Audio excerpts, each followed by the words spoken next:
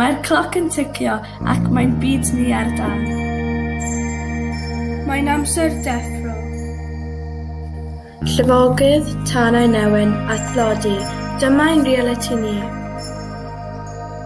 Mudo gwrthdaro, dadleoli, a'i dyma ein dyfodol ni.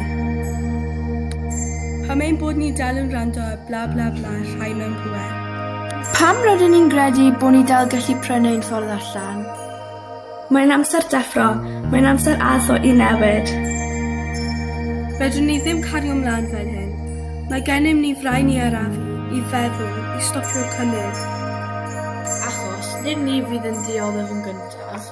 Felly, dyma'n heddau wedi newid ein ffordd o fyw a galw am newid systemig. A galw am newid systemedig ein mwyn a rheini am wledydd y debyg eang, yn mwyn dyfodol ein cartref. Dechreuon wrth ein traed, gan wneud y pethau bychain.